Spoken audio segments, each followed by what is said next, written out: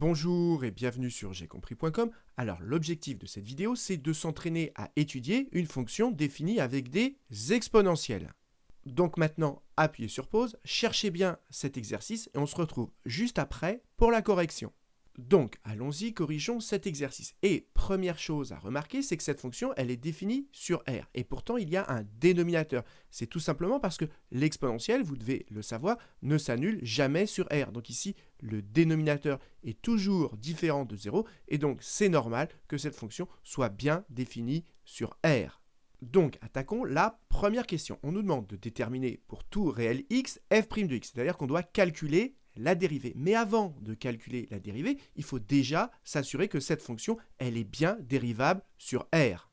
Et justement, vous devez savoir que quand vous avez une fonction qui est sous la forme d'un quotient, c'est-à-dire sous la forme u sur v, c'est bien le cas ici, si u et v sont deux fonctions qui sont dérivables sur R et que le dénominateur ne s'annule pas sur R, eh bien alors la fonction u sur v est encore dérivable sur R. Et c'est comme ça qu'on va justifier que cette fonction est bien dérivable sur R.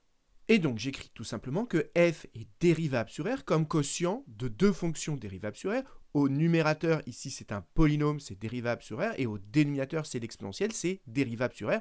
Et je précise en plus que le dénominateur, l'exponentielle, ne s'annule jamais sur R, et donc cette fonction f est bien dérivable sur R. Et maintenant, pour dériver, je vais utiliser la formule de la dérivée du quotient, et vous devez savoir que la dérivée de u sur v, surtout c'est pas u' sur v', c'est u' v moins uv' sur v carré. Donc je vais maintenant dire que u correspond au numérateur, que v correspond au dénominateur, et ensuite je vais utiliser cette formule. Et donc je commence par écrire que le calcul que je vais faire, il est valable pour tout x réel, c'est important de le préciser. Et donc j'ai vu que, attention ici il n'y a pas de x, c'est une égalité sur des fonctions, que f est de la forme u sur v, avec, je précise, avec u de x. Donc là, je mets des x parce que je parle de l'expression de la fonction, avec u de x qui vaut x carré plus 2x, et v de x qui est égal à exponentielle x. Et maintenant, regardez dans ma formule, je vais avoir besoin de u' et v'. Donc je vais calculer u' de x, la dérivée de x carré, c'est 2x, plus la dérivée de 2x, c'est 2. Et pareil, la dérivée de l'exponentielle, eh bien, c'est elle-même, par définition, la dérivée d'exponentielle x, c'est exponentielle x. Ensuite, j'écris sur ma copie la formule que je vais utiliser. Comme f est de la forme u sur v, je vais utiliser la dérivée de u sur v. Et donc, j'ai remis ici la formule que je vais utiliser, u'v moins uv' sur v carré. Là encore, notez bien qu'il n'y a pas de x parce que c'est une égalité sur des fonctions. Et maintenant, je vais tout simplement remplacer. Donc, u', ça fait 2x plus 2, que multiplie v exponentielle x, moins u, c'est-à-dire x carré plus 2x, que multiplie v', c'est-à-dire encore exponentielle x, sur v carré, c'est-à-dire sur exponentielle x au carré. Et quand vous avez calculé une dérivée, il faut penser systématiquement à essayer de la factoriser au maximum, parce que le but après, ça va être d'étudier le signe de la dérivée, et c'est plus pratique si c'est factorisé. Et justement, ici, regardez, dans ce bloc-là, il y a de l'exponentielle, dans celui-ci également, et donc on va pouvoir mettre exponentielle x en facteur commun. Donc j'y vais, je mets exponentielle x en facteur commun, et qu'est-ce qu'il me reste? Ici, il me reste 2x plus 2, et là, il me reste moins, je mets une parenthèse, je ne saute pas les étapes, x carré plus 2x, et je ferme ma parenthèse, et au dénominateur, au lieu de mettre exponentielle x au carré comme ceci, je vais mettre exponentielle x que multiplie exponentielle x, c'est la même chose que exponentielle x au carré, mais l'intérêt c'est que ça me permet maintenant de simplifier par exponentielle x. Et maintenant j'arrange le numérateur, donc ça me fait 2x plus 2, je distribue le moins, ça me fait moins x carré moins 2x. Et là on repère que les 2x s'éliminent, et donc au numérateur il me reste tout simplement 2 moins x carré sur exponentielle x. Maintenant, ici, on pourrait être tenté de factoriser davantage ce polynôme, mais comme c'est un polynôme justement du second degré, je sais étudier son signe directement sans avoir besoin de factoriser davantage. Maintenant, on peut passer à la deuxième question. On nous demande le tableau de variation de f. Pour cela, on étudie le signe de la dérivée, c'est-à-dire le signe de tout ceci. Et ensuite, pour conclure, ce sera simple, les intervalles sur lesquels la dérivée sera positive, ça prouvera que la fonction est croissante, et là où la dérivée sera négative, eh bien ça impliquera que la fonction est décroissante sur ces intervalles. Donc ici, il faut comprendre qu'on a un quotient, donc on va chercher séparément le signe du numérateur et le signe du dénominateur, et ensuite, à l'aide de la règle des signes, eh bien on trouvera le signe du total. Donc ici, j'ai mis le numérateur, ici le dénominateur. Et ici, le numérateur, il faut bien comprendre que c'est un polynôme du second degré, donc sa courbe, c'est une parabole. Et comme le coefficient en x carré ici, c'est -1, c'est -1 x carré, eh bien comme le coefficient en x carré, il est négatif, eh bien ça veut dire que la parabole, elle est tournée vers le bas. Ça, c'est très important de bien le comprendre.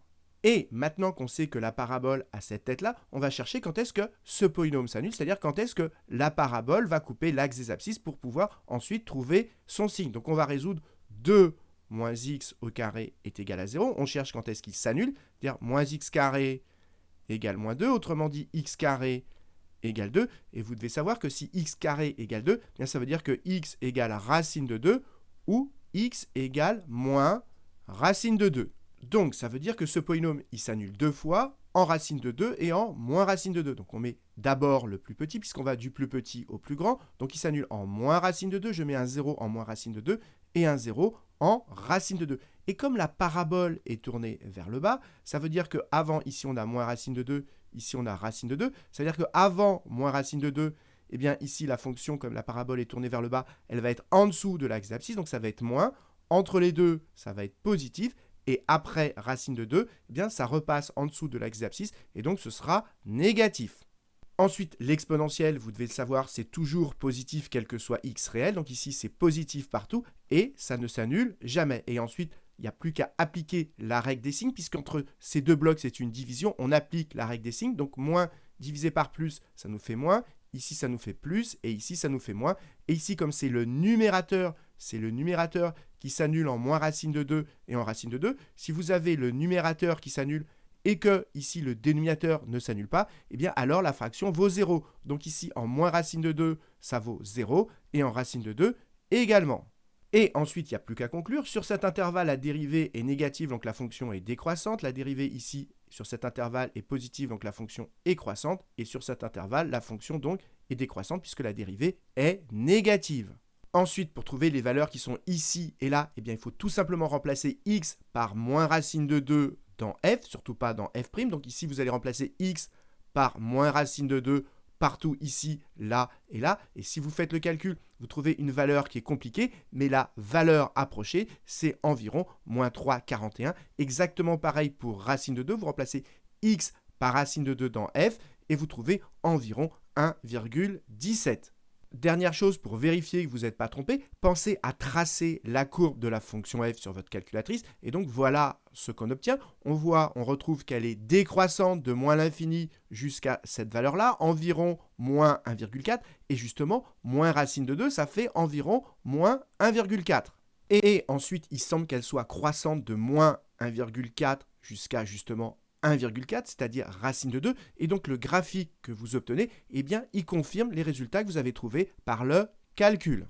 Donc voilà, cet exercice est maintenant terminé. Alors si vous avez eu du mal à le faire, c'est tout à fait normal, mais ce que je vous conseille maintenant très fortement, c'est de le refaire seul, mais cette fois-ci sans regarder la correction, pour être sûr de le maîtriser parfaitement, parce que là encore, c'est un exercice extrêmement classique. Et comme d'habitude, si vous avez apprécié cette vidéo, n'hésitez pas à la partager et à la liker.